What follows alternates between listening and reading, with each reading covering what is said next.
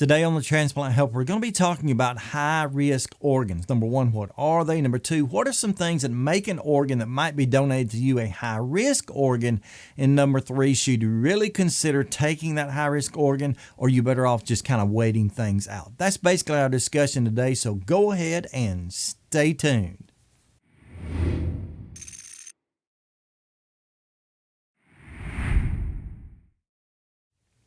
Hey folks, welcome to Transplant Helper again today. My name is Jim Merle. Basically, the only way I can think to start off the program today to really get across what we're going to be getting into is by quoting a good friend of mine by saying, "Oh my stars." Really, before I sat down to research this a few weeks ago, and I've been continuing to research it ever since, I had no idea what was really involved in the aspect as far as it involves us with dealing with high-risk organs. I've been shocked, and I'm continuing to be shocked by some of the research, some of the details I've been digging up on the subject, and my findings basically have drawn the conclusion that, yeah, it might be okay to take these organs, but we still need to be aware of the factors that are involved in that. So with that said, let's jump right into this today. We're going to be discussing this from a few different perspectives, and the very first one has to do with what is a high-risk organ, or better wise known as your transplant center may call it a HRD, and they're referring to a high-risk donor. It's an organ you're receiving, but the donor is the one that was high risk. Well, basically, let me explain it by saying it is probably not what you think and probably not what you assume. You see, when I think about a high-risk organ or high-risk donor, I typically think about the effects that would fall on me if I had received such. And it mainly comes around me not having an adequate organ after transplant. You know, typically we think about a high-risk donor and maybe immediately we jump to the conclusion of saying, well, if I accept that high-risk organ, then that's going to mean I'm not going to have nearly as long a life expectancy after transplant. That in some way that organ, whether it be heart, lung, liver, kidney, pancreas, whatever, has been damaged to the point that it's not really going to be that effective. And so I'm kind of taking a chance. It's kind of a shot in the dark. It's just something I'm having to face. And that's probably the case on one extent, but on another, let me tell you, this is a fact. When they talk about a high-risk organ being donated to you, they are not talking about the viability and the probability of that organ failing. Now, there are times when doctors do walk in rooms or surgeons walk into rooms prior to your transplant and they say, hey, it's a no-go. And the reason behind that is they've determined that this organ was damaged in some way or is not functioning fully in some way. And they're really giving you a heads up and great advice and telling you this is not the one for you. I had a friend just a few years ago, as a matter of fact. The doctor got him all the way into the operating room. He was even somewhat sedated when the surgeon came in and said, look, he woke him up. He said, look, I'm not going to go through with this. If I gave you this heart, you'd never be able to walk up a flight of stairs. You would never have the life that you're expecting, and it's just not going to work. But that was not a high-risk organ. That was a damaged organ, okay? When they're talking about a high-risk donor or high-risk organ, they're not talking about the actual viability of that organ itself. No, actually what they're talking about are the risk factors that are going to be transferred from the donor to you by transplanting that organ. And that normally revolves around a couple of different diseases, mainly on the one hand being HIV or what we would call AIDS, or on the other hand being hepatitis either B or C, but particularly C they're talking about in that. That's basically what a high-risk organ is. It is an organ that has a higher risk potential of transferring a disease, or if you will, a virus to you, like HIV or hepatitis C. Now, don't lose me there because there's more to this discussion than that. Now, how do they determine that? Are they telling you when they walk in the room, this is a high-risk organ, that they're trying to give you or potentially offering you an organ that is HIV positive or hepatitis C or B positive? No, that's not what they're telling you. As a matter of fact, in most cases, they've screened, in most all cases really, they've screened those organs and ruled out the fact that that is actually present in those organs organs at the moment. Now, there have been a few cases here recently, as a disclaimer, where transplant centers have actually toyed with the idea and even tested the idea of transmitting an HIV positive donor organ to an HIV V positive recipient. And of course, there's an exchange there. The disease was already present anyway. They're toying with doing that, especially as far as kidneys go. But that's not our discussion for today. Now, as far as what causes an organ to be called or quoted as a high-risk organ, I'm going to be reading something to you. I'll put it up here on the screen so you can read along with me. But these are basically the 7 behavioral risk factors, okay? These are behavioral risk factors that can cause an organ to be high risk. And by the way, what I'm going to put on the screen will be kind of a shortened version of this. I've kind of leveled it out, taken out some of the doctor talk so it's better understandable. Number 1, men who have had sex with another man in the preceding 5 years. Number 2, persons who report non-medical, intravenous, intramuscular, subcutaneous injections of drugs in the preceding 5 years. Now, they're talking about illicit and illegal type drug use, okay, intravenous drug use. That's a high risk. Number 3, persons with hemophilia or related clotting disorders who have received human-derived clotting factors or concentrates. So they got a clotting disorder, they've been receiving some treatment for that, they could become high risk. Number 4, men and women who have engaged in sex in exchange for drugs or money in the preceding year. So anyone kind of in a form of prostitution, their organs are considered high risk. Number 5,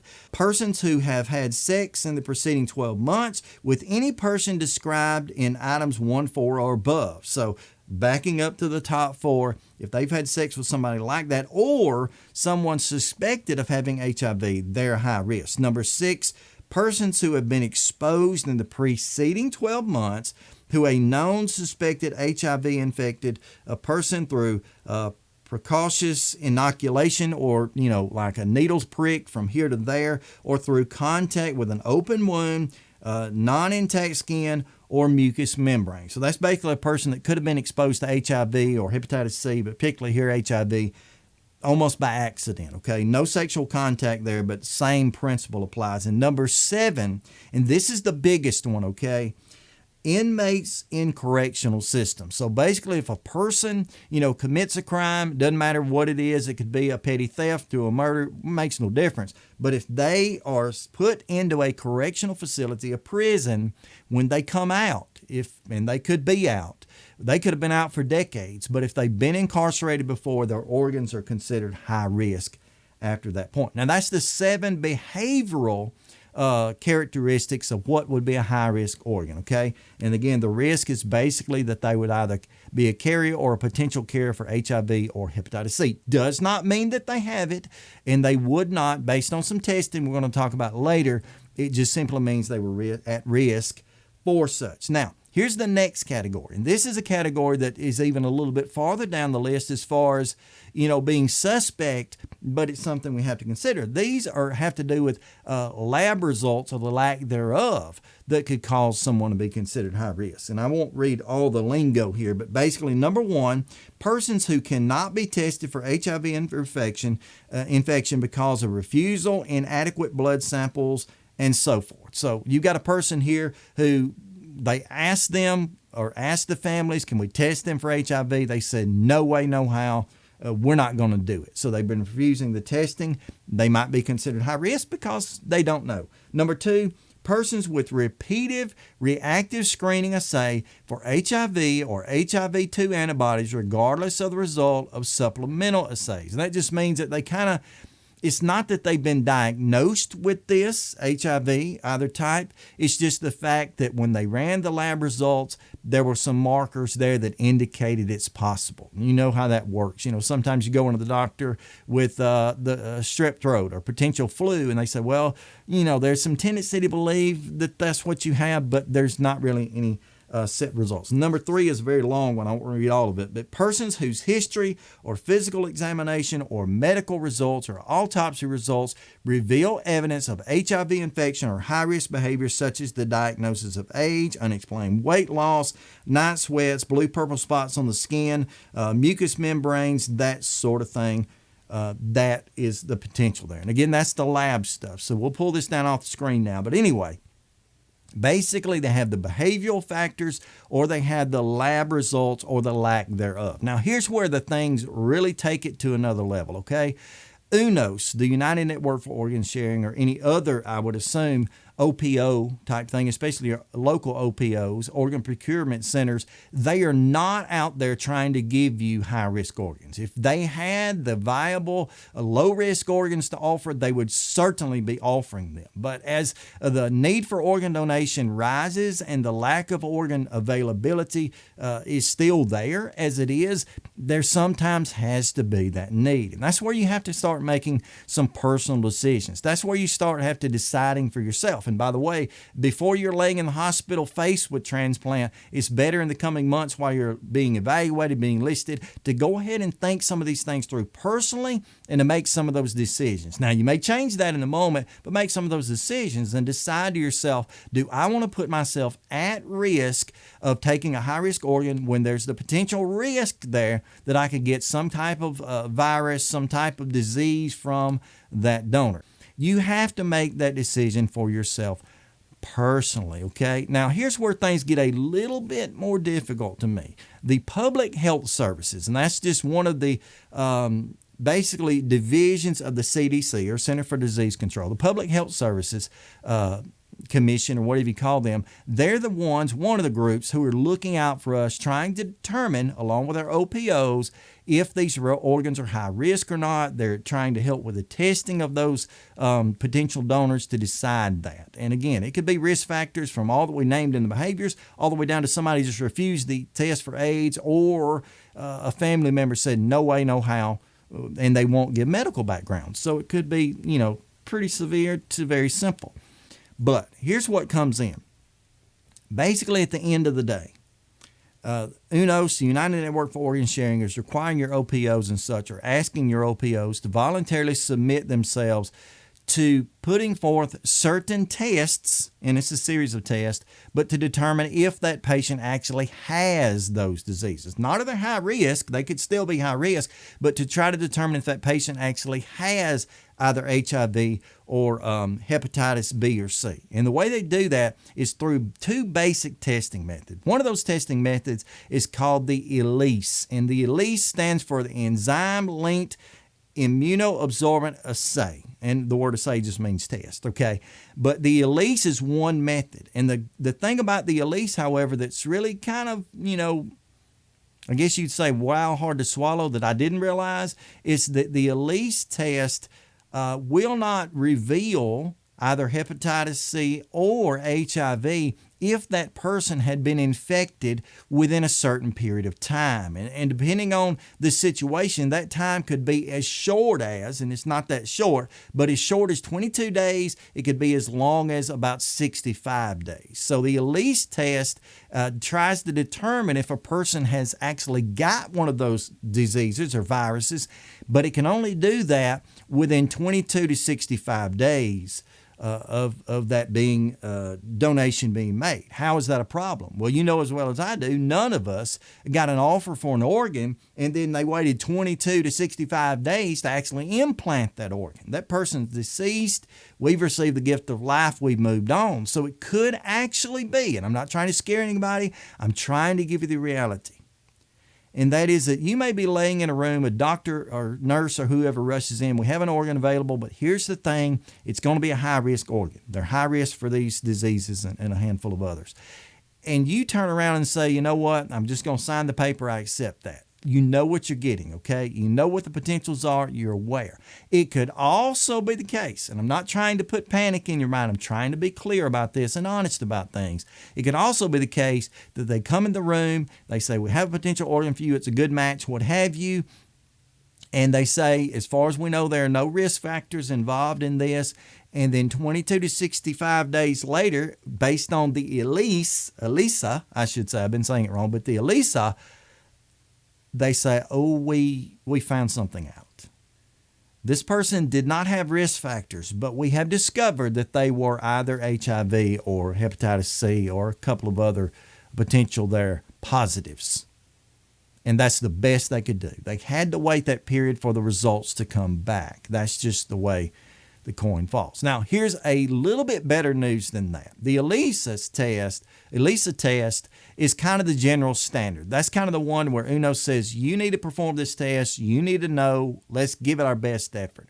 There's another test available called the NAT, the N-A-T, and that's the nuclear acid test or nuclear acid testing. The NAT test is different, and that is only because it can detect those diseases sooner, okay? So 22 to 65 days with the ELISA test, the NAT test can detect those diseases potentially sooner, and oftentimes they expect the difference on the low end of about 9 days. So 9 days for the NAT test, 22 days for the ELISA test. Now, that's a help, right? They can detect that sooner. And what that could mean, possibly, let's suppose someone was, injured in an accident or something. They're in the hospital. They're being tested anyway through the natural blood work. Maybe somebody decides, hey, let's we use the NAT test, check for hepatitis C, check for HIV.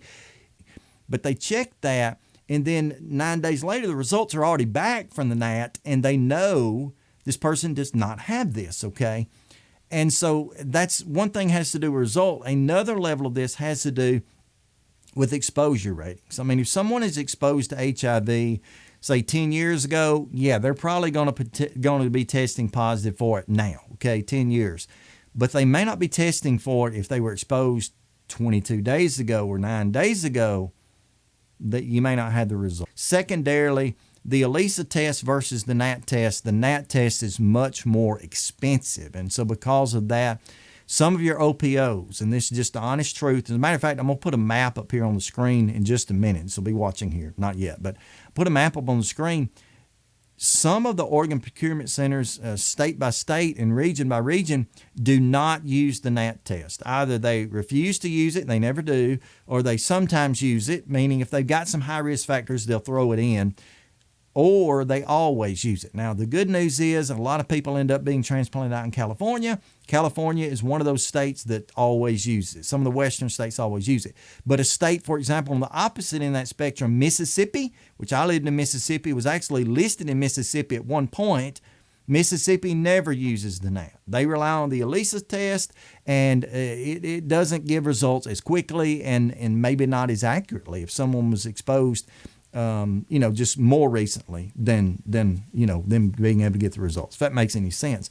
And so why did I add all of that? I just wanted you to be completely aware. I like to, be honest and to lay all this out. But you may be told you're receiving a high-risk organ. It'll be for those reasons. And on the other end of the spectrum, you may be told that as far as they know, there are no high risk, and it turns out that something doesn't quite add up. Now, here's the good news. These diseases are not good, okay? HIV, hepatitis B, hepatitis C, they're manageable. I won't even say treatable in all cases, but they're manageable, okay? And so what you've got to weigh out are the risk factors between if I sit here or lay here in this bed in most cases and I refuse this organ, what's the potential that I will die before I can get another offer? Is that risk factor greater than or less than the fact that I take the organ, I survive this, part of my journey in life, and then later on down the road, years, decades down the road, maybe I have to face HIV or hepatitis C or B, and maybe I have to receive treatment, and maybe we manage that, I think in many of our cases, not all, it's a personal decision, but I think in many of our cases, the answer is take the organ, move on, because it could be that they're just telling you they're high risk, and it doesn't mean they have it. And as a matter of fact, if the people, the doctors, your center knew they had that, they wouldn't be transmitting that, okay? You wouldn't be receiving that organ donation. It's high-risk organs, high-risk donors. That's what it is. It's just a risk. And we all stand in front of risk in every case in our transplant journey. So here's what I want you to do. Comment below this video. You can go into detail if you'd like. That would be great. But comment below this video. Have you received a high-risk organ? If so, how's that working for you? Or comment below this video and just kind of make a little determination. Of course, it won't be set in stone. Would you accept a high-risk organ? If it came down to it, maybe you're pre-transplant. If you were faced with a high-risk organ, would you take it? What do you think? I would like to hear your opinions, not just me, however, the entire Transplant Helper community commenting below here. We can help one another with this. We can help to guide each other through this. This is just some basic guidelines. But again, keep in mind, high risk does not mean the organ is not viable. It has nothing to do with your transplant survival. It only has to do with the risk of getting other potential viruses, diseases down the road. So at the end of the day, I didn't take a high-risk organ. I was blessed I didn't have to. But maybe if I was faced with it tomorrow, yeah, I probably would have to go ahead and do it. That's just my opinion. You've got to form your own. I appreciate you joining me today. If you feel like this video has helped you out in any way, please encourage me. Give this video a big thumbs up. Consider sharing it out to your friends. Most of us as transplant patients, we're going to interact with a lot more people that are going down the same path who need this information. So share this out on the social media accounts. Try to get this message out just so people can understand. It's information. It's education. It's what we need. And please, if you haven't already, if you like this video, maybe, if not, I'll produce one. You will one day. Go ahead and subscribe to this channel. It'd be great. Maybe hit the bell notification out beside that so you can be notified when I put out new content, which hopefully, I hope and pray, will help to advocate, educate, and motivate you as a transplant patient. You're already on YouTube. Keep watching the videos. I'll put some suggestions up here in the corner of the screen. And again, thank you so much. Thank you so much for watching this video. And until next time, please stay stronger, friends.